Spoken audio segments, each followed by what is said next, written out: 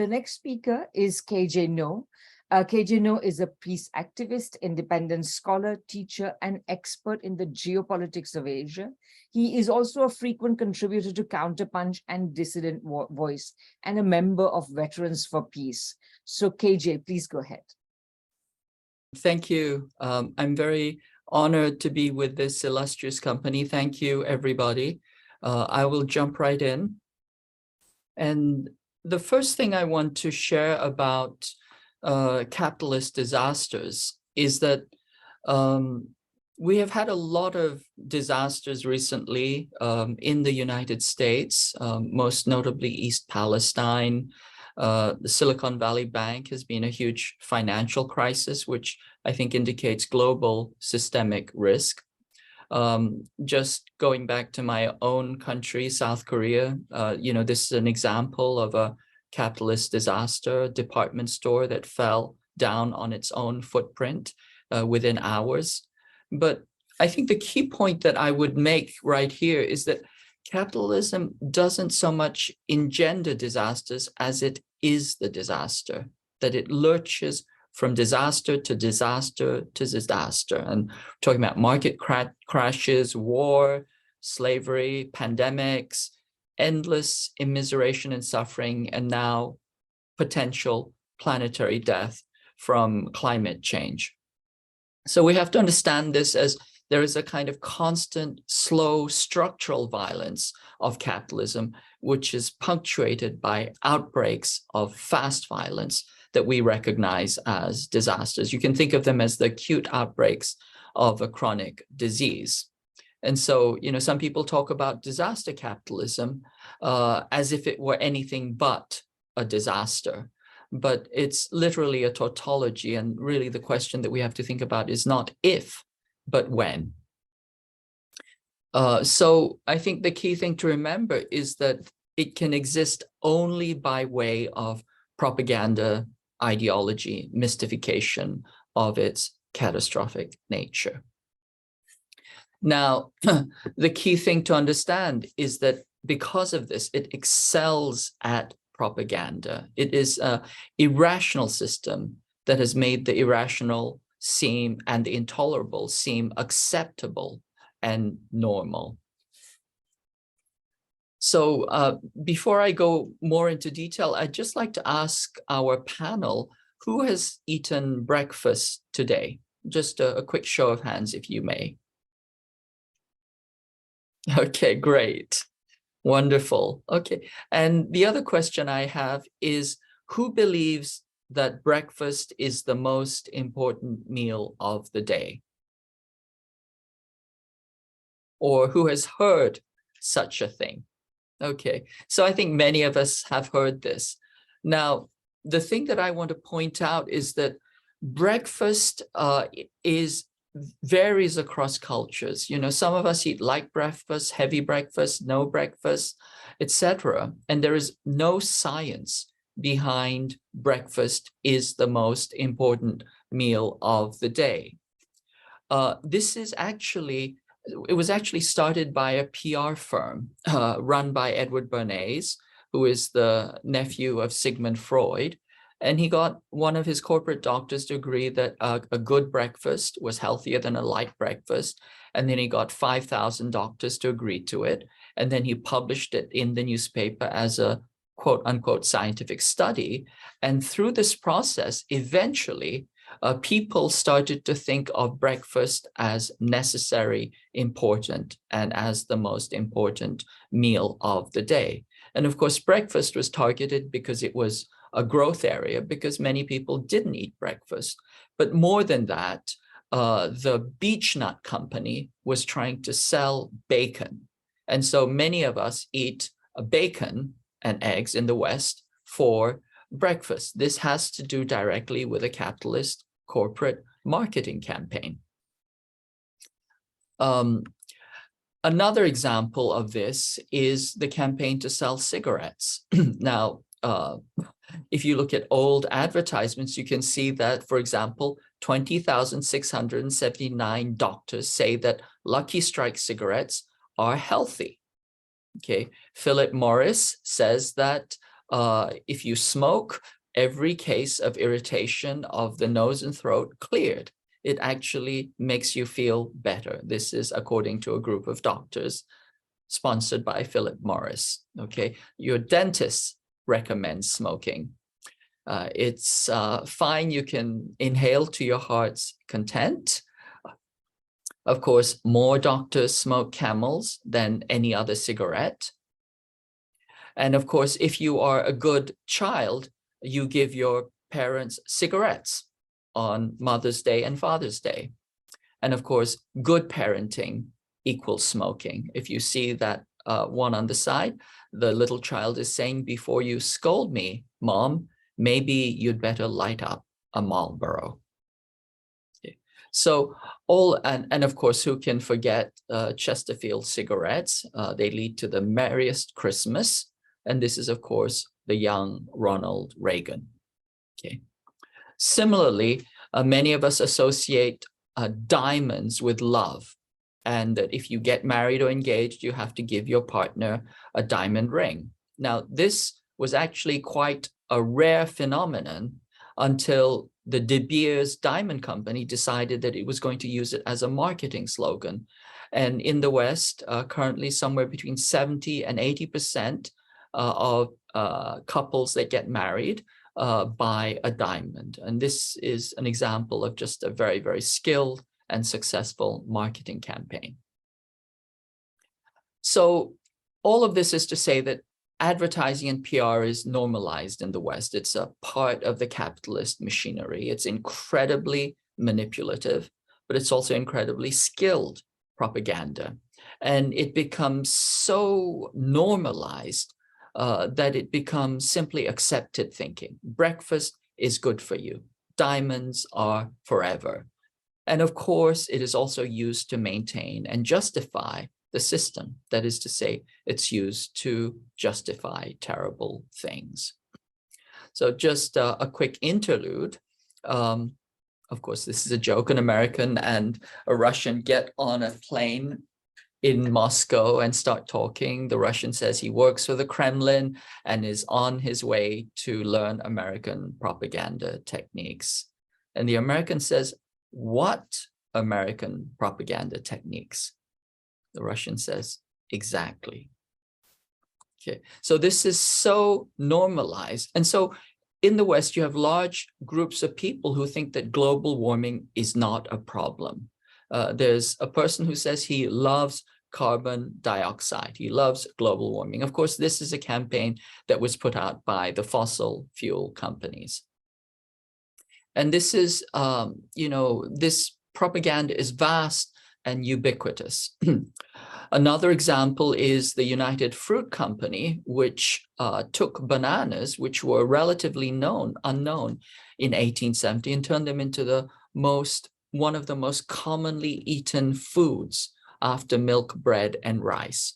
Now, the United Fruit Company had a tax-free monopoly in Guatemala, but in 1952, they elected a progressive-leaning government, Jacobo Arbenz, and he started to expropriate unused land from United Fruit Company and distribute it to the landless peasants. And of course, at this point, they brought in a PR firm. This was, once again, Edward Bernays, the man responsible for your breakfast or your bacon breakfast. And he flew in flocks of newspapers to Guatemala.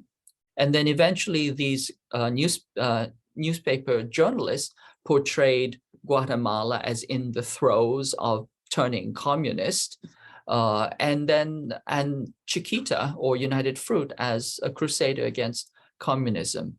And they constantly fabricated stories. And eventually the CIA overthrew the government and trained a counter-revolutionary force. And this resulted in a 40-year civil war that resulted in the death of, we estimate, about 200,000 people. And so we can see there's a pattern here. This is Nayira. She was she was the daughter of the ambassador and she was used to create a fraudulent statement to Congress that was used as one of the key casus belli for the first Gulf War. And she was coached and trained by a PR firm. And of course, who can forget Colin Powell? At the time that the war broke out, 66% of Americans believed that Saddam Hussein was responsible for 9/11. And 79% believed that Saddam was about to have a nuclear weapon. So you can see how effective this PR is. And of course, at the time, Andy Card, who was the chief of staff, said, from a marketing point of view, you don't introduce new products in August, which is to say that he considered the war to be a product. Okay, so war is a product to be marketed. And of course, this goes back to the model of manufacturing consent that Chomsky and Herman elaborated. And we're currently seeing the same process for China, that is a manufacturing consent for war against China. In particular, you're doing two things. One is you're highlighting the fact that China is a threat. It is a threat to the world because of COVID, because of its threats, intolerable threats to Taiwan Island, because it has committed atrocities, because it is a threat to the global rules-based order. So currently, the polls show that there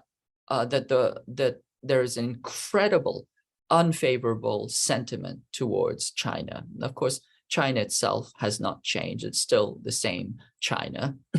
But there are several types of propaganda, and they all fall down to the traditional stereotypes against the Chinese, that they're dirty and disgusting, that they're deceitful, and that they're dangerous. And the dirty, disgusting is they have wet markets that contaminate and infect the world. They're deceitful because they infected the world and they covered it up. They're dangerous. They did the lab leak, genocide. They steal your jobs. They threaten the South China Sea. They're an existential threat. They want to turn everybody into slaves. And I point out that these lies are all absurd, but the more absurd the lies are, the closer we are to war. Those who tell you absurdities are preparing you for atrocities. And all of this has a long tradition in the West. It actually goes all the way back to Aristotle. Aristotle talks about pity and fear, that you invoke pity and you trigger fear. And these correspond directly to the R2P humanitarian interventions, which are all about pity. It's hijacking people's empathy and compassion. And it's also about fear. It's about raising this yellow, red scare, yellow peril, this threat mongering.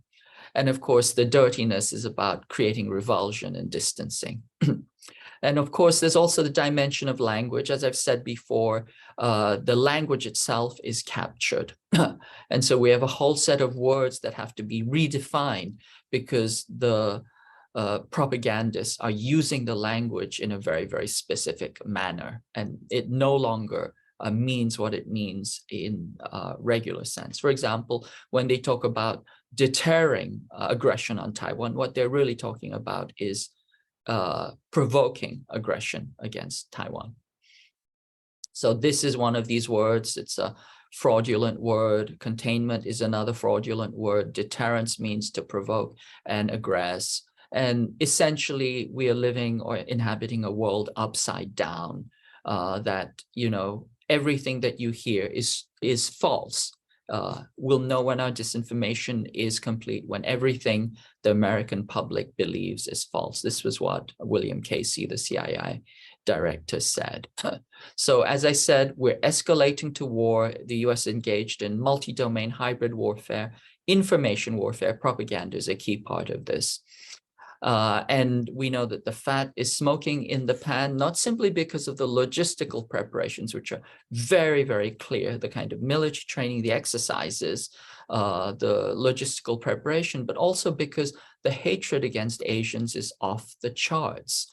And so, for example, recently, I think about a week ago, a young Chinese teen was stabbed while riding the Muni bus. This has just become routine now. The kind of routine attacks against Asians is, normalized. Almost everybody that I know who is Asian has been attacked or assaulted in some fashion in the progressive San Francisco Bay Area. In the Midwest, a young Hmong girl, I think she was 21 years old. She was homeless. She was assaulted, gang raped, and then her skull was crushed in, and her spine was severed. And as they were assaulting her, they said, "I love raping CHINK BITCHES." So that's how normalized this hatred has become. And you can only understand this if you understand it in the context of this total information warfare against Chinese to prepare for war. So once again, this wholesale policy trickles down into retail violence. And we can see these endless examples. And they build on some very, very old stereotypes that the West has against China in general. And so, race war against Chinese has a very, very long history. We have the term a Chinaman's chance, which means it speaks to the fact that if you were Chinese in the United States in the 19th century, you could be arbitrarily lynched and killed. And this was just the luck of the draw. And of course, the internment, etc. So we know that the US is at war with China. It's at war with China because of the classical reasons. But, once again, we have to understand how deep and how fundamental it is in the American body politic. It's a hostile power. It's trying to take over the United States. This is a pathway to slavery. It will determine the future of our nation and of the world. The Taiwan Policy Act was rewritten and reconfigured as terror. It's still there, but it's essentially a preparation for war. And of course, we have this very deeply mapped out. But, once again, essentially, the level of propaganda is so extreme that people believe absurdities. Currently, 2/3 of Americans say it's definitely or probably true that the virus responsible for COVID originated in China. And 46 to 34% of Americans say that it was released on purpose. Now, just think of the logic of that. China released it on purpose in China. I mean, this is beyond stupidity, but this is what a large portion of the American population believe. If you could wrap up soon, KJ. Yes, so I think I'll wrap up there. There's an endless, all I want to say is that, we have to take this seriously. We're very close to war, and this propaganda is nonstop, and we have to challenge it at every stop, at every moment, at every chance. Thank you. I'm Michael Hudson. I'm appearing here for the International Manifesto Group. If you like this video and ones like it, please subscribe. For more information, go to the address on the screen.